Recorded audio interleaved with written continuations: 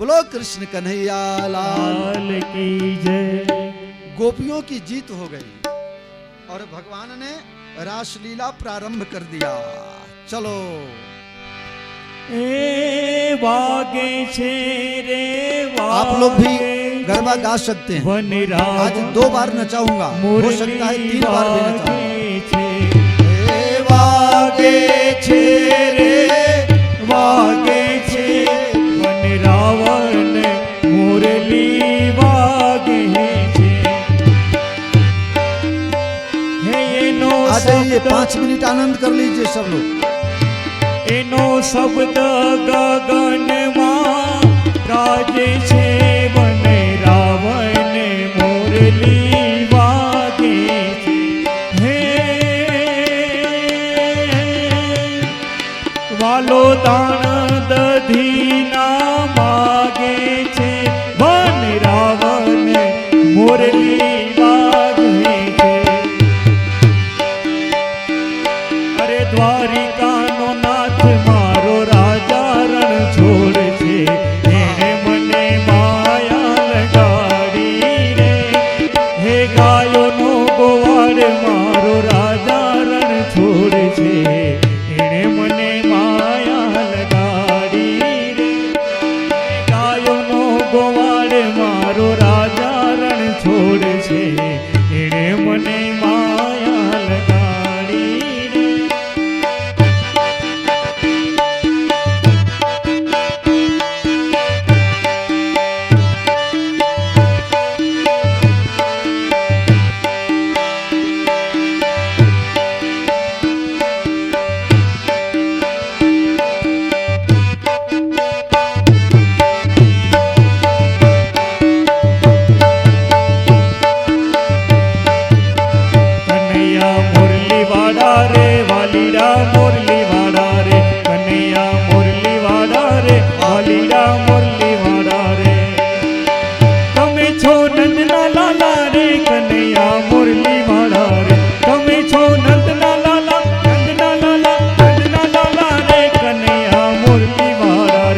जसोदा ने प्यारा रे कन्हैया मुरली वाला रे, हे जसोदा ने प्यारा रे कन्हैया मुरली वाला रे, कन्हैया मुरली वाला रे, वालीरा मुरली वाला रे।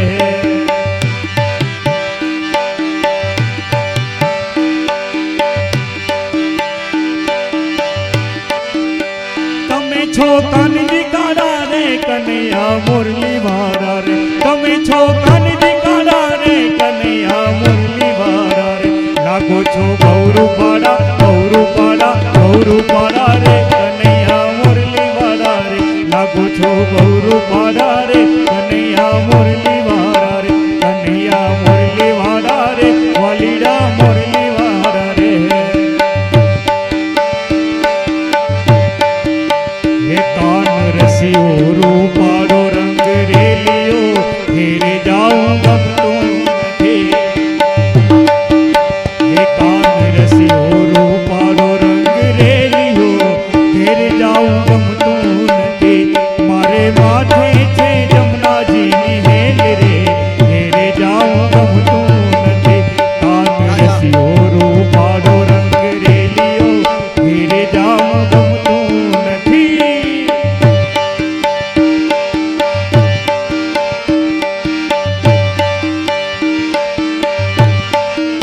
हे अमे गायो दो यार बिना आविया, घेर जाऊं गमतू नथी। आमे गायो दो यार बिना आविया, घेर जाऊं गमतू नथी। हवे जोजो वाछरड़ा ना खेल रे, घेर जाऊं गमतू नथी। ए कान रसियो रूपाड़ो रंग रेलियो, घेर जाऊं गमतू नथी। जय हो। અમે પાણી ભરા વિના આવ્યા, હવે ઘેર જાઉં ગમતું નથી। અમે પાણી ભર્યા રે વિના આવ્યા, ઘેર જાઉં ગમતું। હે જય રણે છોડ, હે માથણે ચોર, તારો ગલીએ ગલીએ સોર। હે જય રણ છોડ, હે માથણે ચોર,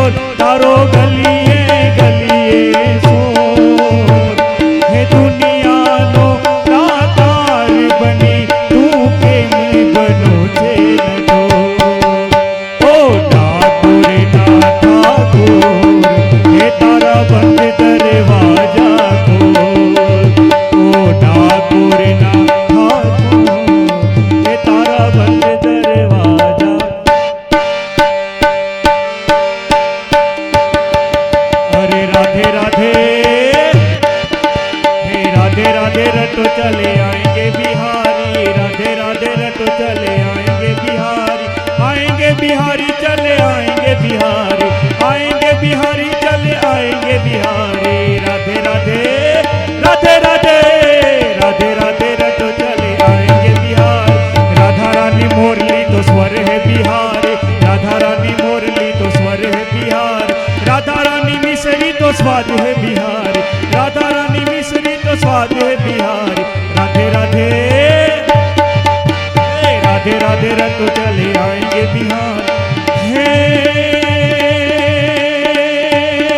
तू एज कन्हैयो कारो जने, तू एज कन्हैयो कारो जने, गोकुड़ मंगायो चरावी हती, तू एज कन्हैयो कारो जने, गोपियों माखन खाधा हता, तू एज कन्हैयो कारो जने, गोपियों ना चीर हरिया हता, तू एज कन्हैयो कारो जने, वृंदावन रास रचाव्यो हतोरे दिन, वृंदावन रास रचाव्यो हतोरे दिन, वृंदावन रास रचाव्यो। कृष्ण कन्हैया लाल की बोलो श्री रास बिहारी सरकार की, कुंज बिहारी सरकार की, बांके बिहारी सरकार की, वृंदावन बिहारी लाल की।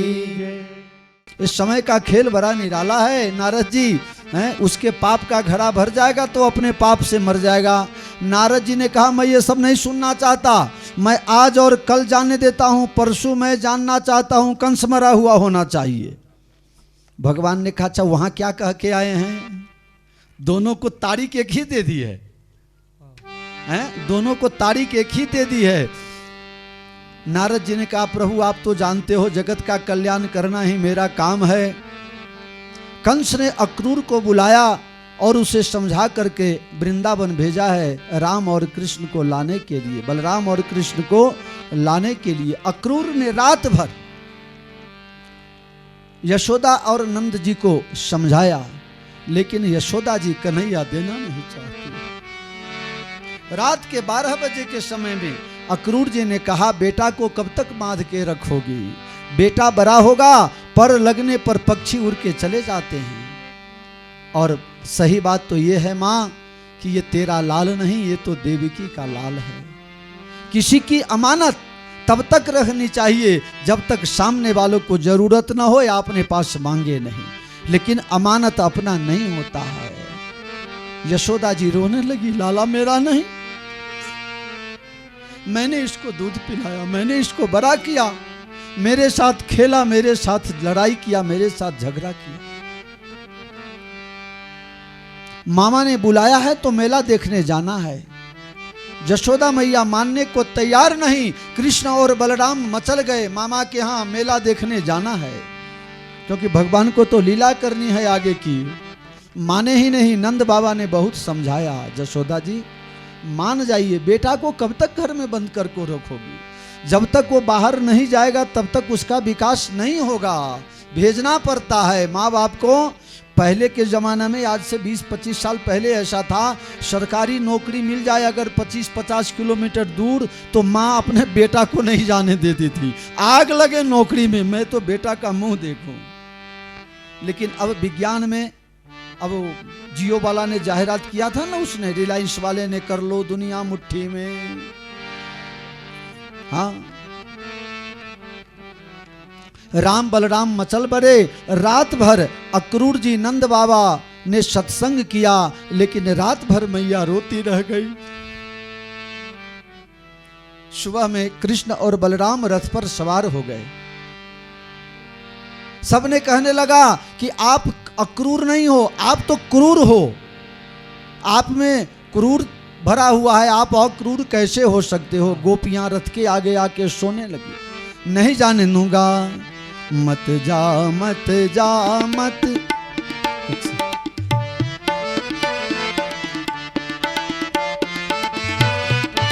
जोगी मत जा मत जा मत जा जोगी, मत जा मत जा मत जा। पाए परू मैं तोरे, पाए परू मैं मत जा मत जा मत जा जोगी, मत जा मत जा मत जा जोगी। कन्हैया हम जाने नहीं देंगे। सब रथ के आगे कन्हैया ने सबको समझाया। रथ पर बैठे, रथ थोड़ा ही दूर आगे गया, इतने में मैया लड़खड़ाती हुई दौड़ती हुई आई। कन्हैया, कन्हैया भी रथ से कूद पड़े। मैया, कन्हैया, मुझे लगता है मैंने थोड़ा सा माखन के लिए और थोड़ा सा दूध के लिए तुमको उखल के साथ तुमको बांध दिया था। शायद उसी बंधन के चलते तुम मुझे छोड़ के जा रहे हो। जा, मेरी उम्र तुम्हें लग जाए, लेकिन कन्हैया इस बंधन को भूल जाना, मां को माफ कर देना। कन्हैया मां के पांव पकड़ के रोने लगे। मैया, मैं दुनिया की सारी बातें भूल सकता हूं, लेकिन तूने जो मुझे बांधा वो मैं कभी भूल नहीं सकता। दुनिया को बंधन से मुक्त करने वाले को अगर कोई बांध सकता है तो मैं ये दुनिया को बताना चाहता हूं, वो ताकत मेरी मां में है, वो एक जशोदा में है, और किसी में ताकत हो नहीं सकती। नंद बाबा ने समझाया, हम लोग भी साथ में जा रहे हैं, आप चिंता मत करो। नंद बाबा ने कुछ मित्रों को, भगवान के मित्रों को लेकर के पैदल यात्रा की। कृष्ण और बलराम रथ में चढ़ के जाने लगे। ऐसा वर्णन आता है, गोपियों ने बहुत प्रयास किया, भगवान ने सबको समझाया, रथ पर बैठे फिर आगे चले। तभी भगवान को कुछ याद आती है। एक मुकेश का गाया हुआ गीत है, जिन्हें हम भूलना चाहें वो अक्सर याद आते हैं। जिन्हें हम भूलना चाहें वो अक्सर याद आते हैं। बुरा हो इस मोहब्बत को, बुरा हो इस मोहब्बत को, वो कौं कर याद आते हैं। जिन्हें हम भूलना चाहे वो अक्सर याद आते हैं। भगवान रथ से कूद पड़े। काका, थोड़ी देर रुक जाइए, मुझे एक मिलना बाकी है। मुझसे सब मिलने आए, लेकिन मुझे जिससे मिलना है वो तो नहीं आए। भगवान दौड़ करके गए राधा जी के पास। राधा जी ऐसे बैठी थी जैसे पत्थर की मूर्ति बना दी गई हो, न हिलना न डुलना, पलक का गिरना भी बंद। सिर्फ नाक से निकलते श्वास से ही पता चलता था कि ये मूर्ति नहीं, ये जिंदा हैं। राधा जी के जाके पास में जाकर के कंधा पकड़ के भगवान ने हिलाया। राधा, कन्हैया तो मथुरा जाकर के आ गए? नहीं तो अभी मैं गया ही नहीं। तो क्यों नहीं गए? तुमसे मिलना बाकी था, तुम्हारा आशीर्वाद लेना बाकी था। कन्हैया, मुझसे क्या आशीर्वाद लोगे? मैंने अपने पास कुछ रखा ही नहीं। मेरे तो प्राण तुम हो, मेरे तो जान तुम हो, मेरा तो जीवन, मेरा जीव तुम में है। कन्हैया, मेरे पास क्या है? मैंने ऐसी कौन सी वस्तु रखी है कि तुम आशीर्वाद में लेना चाहते हो? कन्हैया ने कहा, एक वस्तु है। राधा जी ने कहा, एक वस्तु है। कन्हैया ने क्या है? कन्हैया ने कहा, क्या है? मैं क्या चाहता हूं आपके पास? कन्हैया, तेरे वियोग में रोना, आंख से आंसू बहाना, इस आंसू के अलावा मेरे पास और कुछ भी नहीं।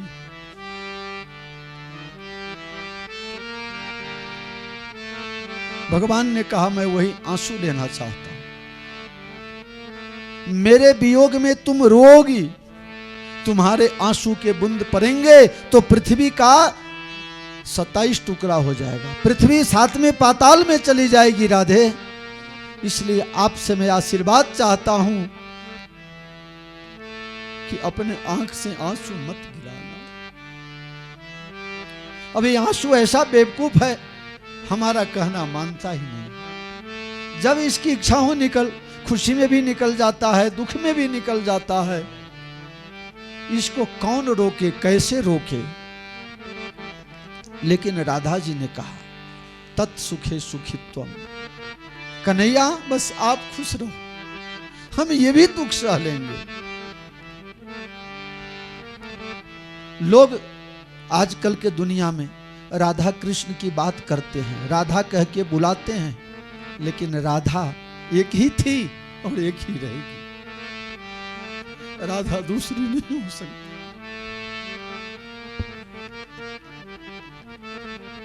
भगवान ने राधा जी को नमस्कार किया है और वहां से प्रस्थान किए हैं। अक्रूर के मन में बड़ा दुख हो रहा है कि कंस बड़ा आतताई है, मेरे कन्हैया को मार देगा, क्योंकि उनको अपना भतीजा मानते हैं।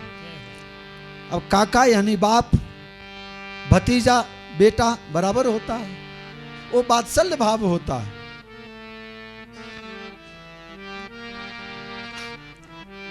भगवान ने सोचा हमारे काका का मोह जा नहीं रहा है, क्या करें। कन्हैया ने कहा काका आप यमुना जी में स्नान कर लो और मैं रथ में थोड़ा विश्राम कर लेता हूं। हाँ कन्हैया मेरी इच्छा थी जरा स्नान कर ले।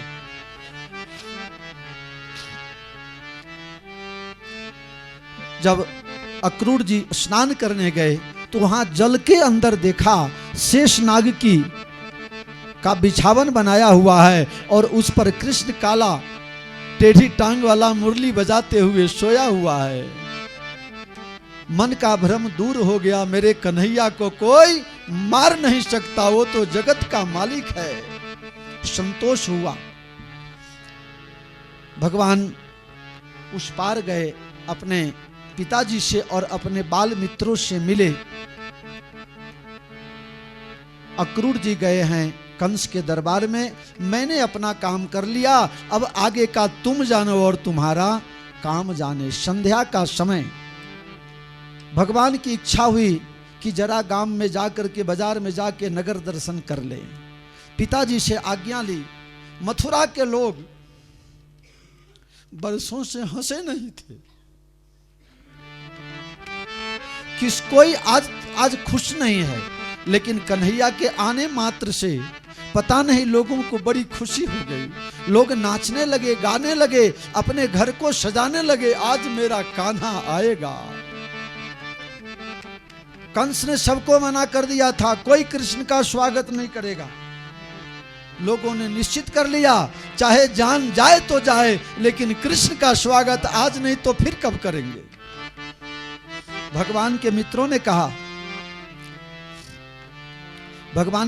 कहा भाई हम लोग तो गरीब हैं, यहाँ आ गए हैं बड़े राजा के यहाँ, किसी के कपड़ा का ठिकाना नहीं है।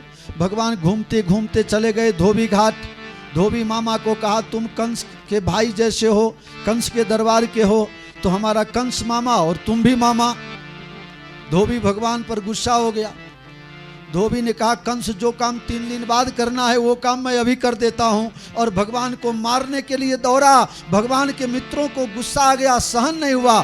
भगवान ने कहा कन्हैया तुम रुको, इसको जिंदा नहीं छोड़ेंगे।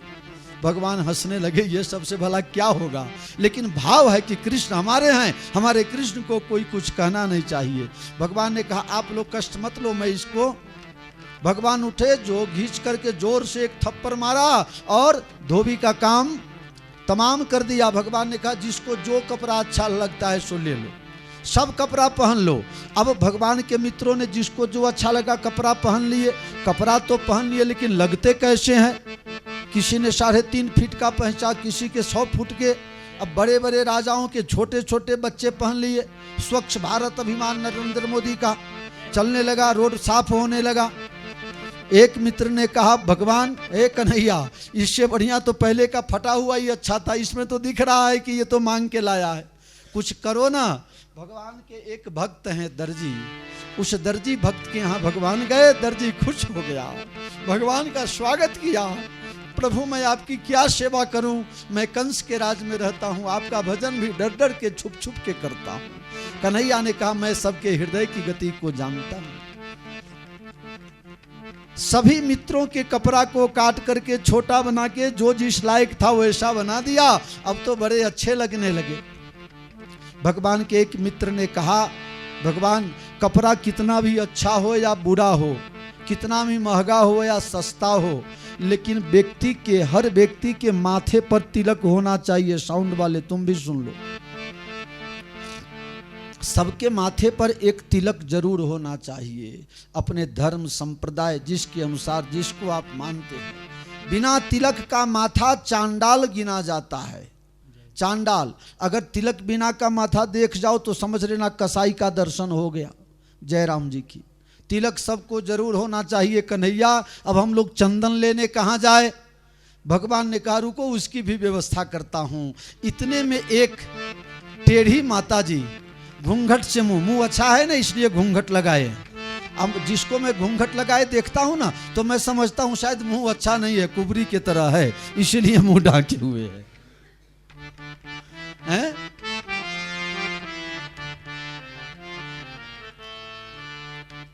इतने में एक माताजी, बूढ़ी माताजी निकली। 8 जगह से शरीर टेढ़ा है, लकड़ी का सहारा लिए हुए, हाथ में चंदन लिए कहीं जा रही थी। भगवान ने कहे ओ सुंदरी, आहा हा हा हा, तुरंत घूंघट खोल दिया। जीवन में पहली बार किसी ने मुझे सुंदरी कहा है। तुम कौन हो? बोले मैं नंदलाल हूँ, मैं कृष्ण का भांजा हूँ। अरे तुम तो देवकी नंदन हो, आ गए, चलो अब तो बहुत खुशी हो गई। माताजी मुझे जानती हो, भला तुम्हें कौन नहीं जानता। तो माताजी एक काम करो, तुम्हारे पास जो चंदन है उसमें से थोड़ा हमें दे दो, हमारे मित्रों के माथा पर लगा दो। कुबरी कह रही है प्रभु आपने चंदन मांग लिया, इससे बड़ा और क्या हो सकता है। प्रभु इस दुनिया में मुझे कोई भी प्रेम से नहीं बुलाता। मेरा नाम है सौरंगरी, लेकिन सब मुझे कुबरी, टेढ़ा होने के कारण मुझे टेढ़ी कुबरी सब कहता है। आज आपने जीवन में मेरे इस वृद्धावस्था आ जाने के बाद आज तक किसी ने मुझे अच्छे शब्दों से नहीं बुलाया था। आज आपने सुंदरी कह के मेरा दिल जीत लिया है।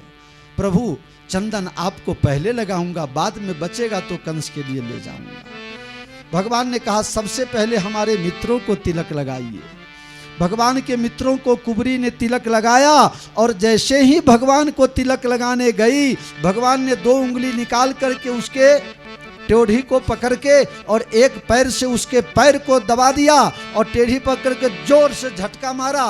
उसको 8 टेढ़ा अंग सब सीधा हो गया, और जो काली थी गोरी हो गई, और जो बदसूरत थी खूबसूरत हो गई। भगवान की बड़ी कृपा हो गई।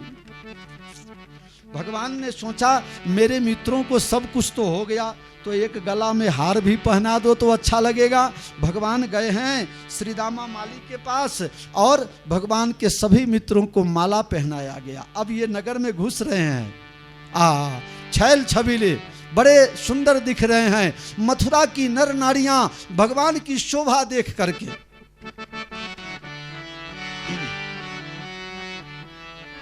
भगवान की शोभा देख करके मथुरा वासियों के अलग अलग भाव विचार। यज्ञ स्थल में धनुष भंग की जगह पर भगवान पहुंचे हैं। भगवान को देख करके पहलवानों को लगा कि ये तो पहाड़ जैसा है। जो बड़े बड़े पहलवान थे उनको लगा कि ये तो पहाड़ जैसा है। जो युवतियां थी उनको लगा कि ये साक्षात कामदेव के अवतार हैं। जो भगवान के मित्र थे, हम उम्र के थे, भगवान को मित्र मानते थे, उनको भगवान मित्र बने। जो राजकुमार आए हुए थे उनको भगवान भी राजकुमार जैसे दिखने लगे। जो योगी लोग आए थे सभा में उनको भगवान परम तत्व दिखने लगे। जो लोग नासमझ थे उनको भगवान साधारण दिखने लगे। जो ज्ञानी थे उन्हें ब्रह्म स्वरूप भगवान दिखाई देने लगे। जो भक्त लोग थे उन्हें भगवान दिखने लगे। और मथुरा वासियों को कुछ को ऐसा लग रहा है ये मेरे सगे सहायक हैं। अंत में कहा कि जाकी रही भावना जैसी, प्रभु मूर्ति देखी तीन वैसी। जिसको जिसको जैसा भाव था भगवान वैसा उसको दिखे। भगवान आगे बढ़े। सबसे पहले भगवान ने धनुष को तोड़ दिया, हल्ला हो गया, अरे पुतना को मारने वाला आ गया, अरे शक्टासुर को मारने वाला आ गया, बकासुर, वत्सासुर, सब अघासुर को मारने वाला आ गया। सभी लोग भागने लगे। सभी को भागते देख भगवान के आगे कुबलिया पीर हाथी को छोड़ दिया गया। भगवान ने हाथी को उठा करके और जोर से सीधे पटक दिया और हाथी भी मर गया। हाथी के मरने के आवाज को सुन करके, हाथी के मरने के आवाज को सुन करके भगवान ने हाथी को मार के जैसे ही आगे बढ़े तो वहां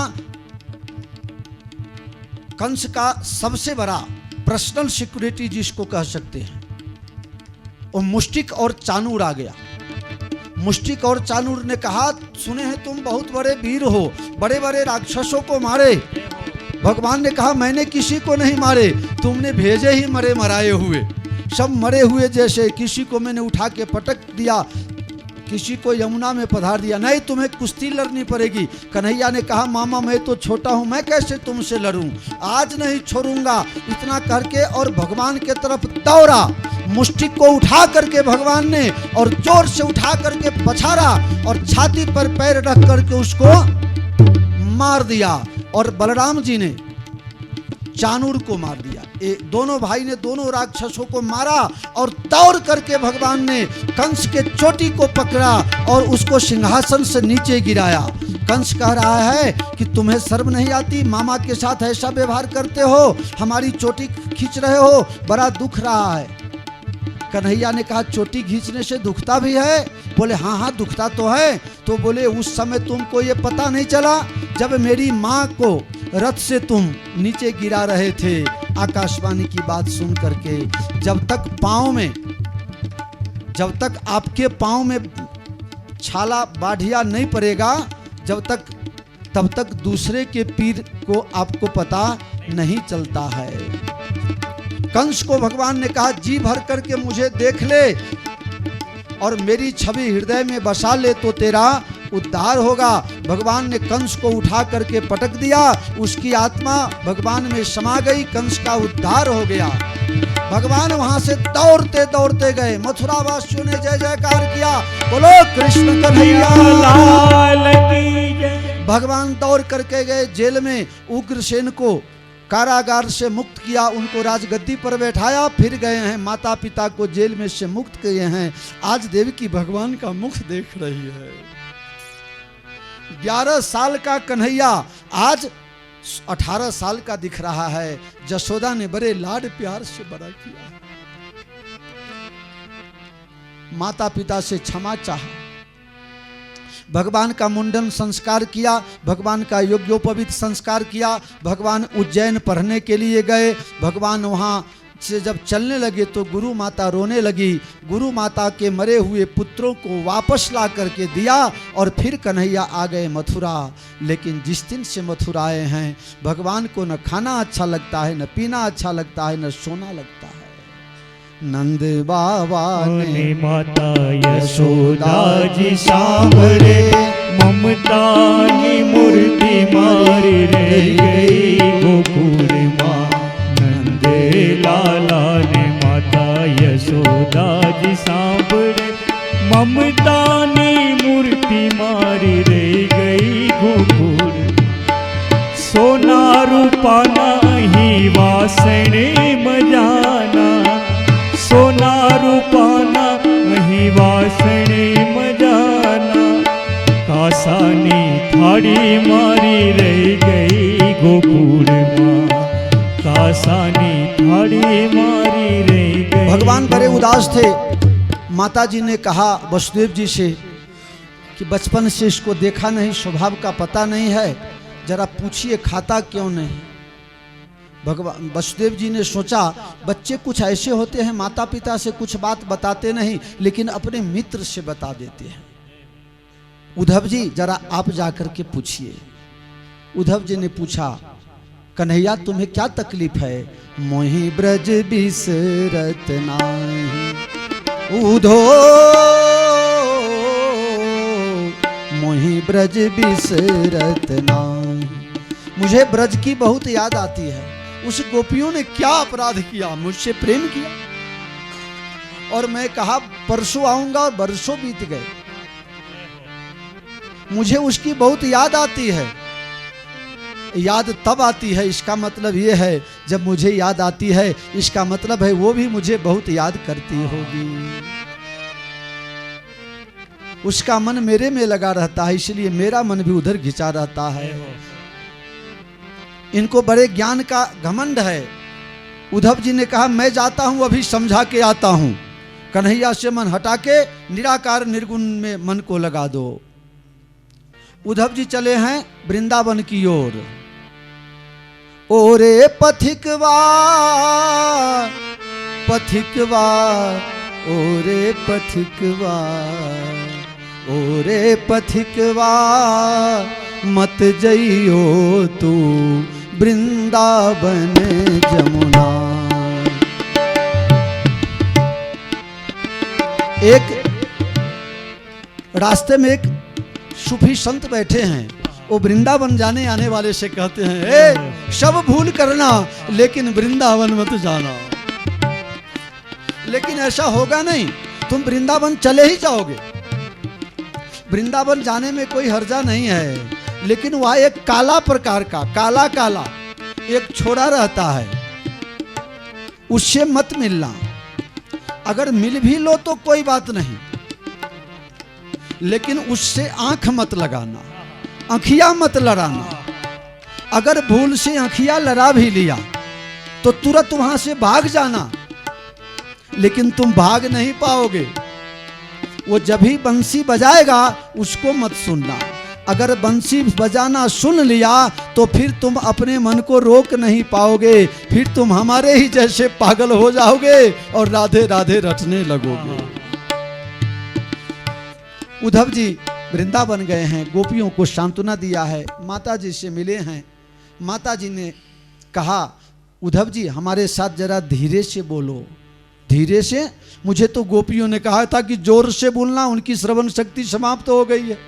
धीरे से क्यों बोलूं? बोले धीरे से इसलिए बोलने को कहता हूं, चलो तुमको दिखाता हूं। हाथ पकड़ लिया उद्धव जी का और लेकर के गई उस पालने के पास जिसमें जशोदा हरि पालने झूला ली।